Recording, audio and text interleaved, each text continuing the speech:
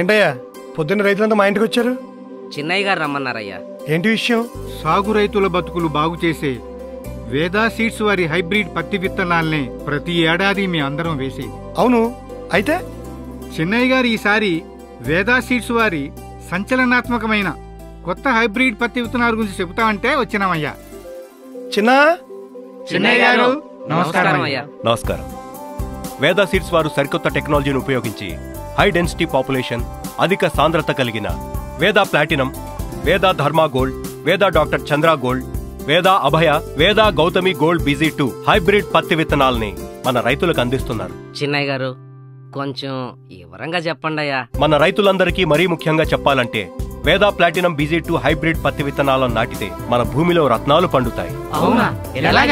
ఎలాగంటే తేలికపాటి మధ్యస్థం నేలల్లో వరుసల మధ్య దూరం 2.5 అడుగులు, మొక్కల మధ్య దూరం 1 అడుగుండేలా విత్తనాలు నాటాలి. అలాగే సారవంతమైన నేలల్లో వరుసల మధ్యలో దూరం 3 అడుగులు, మొక్కల మధ్యలో దూరం 1 అడుగుండేలా విత్తనాలు నాటాలి.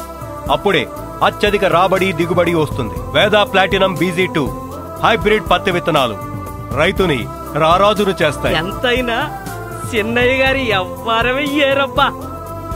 ఆయనట్ట వివరంగా చెప్తా ఉంటే ఇంకా ఆలోచిస్తారేంద్రా? వేరే ఆలోచన వద్దు.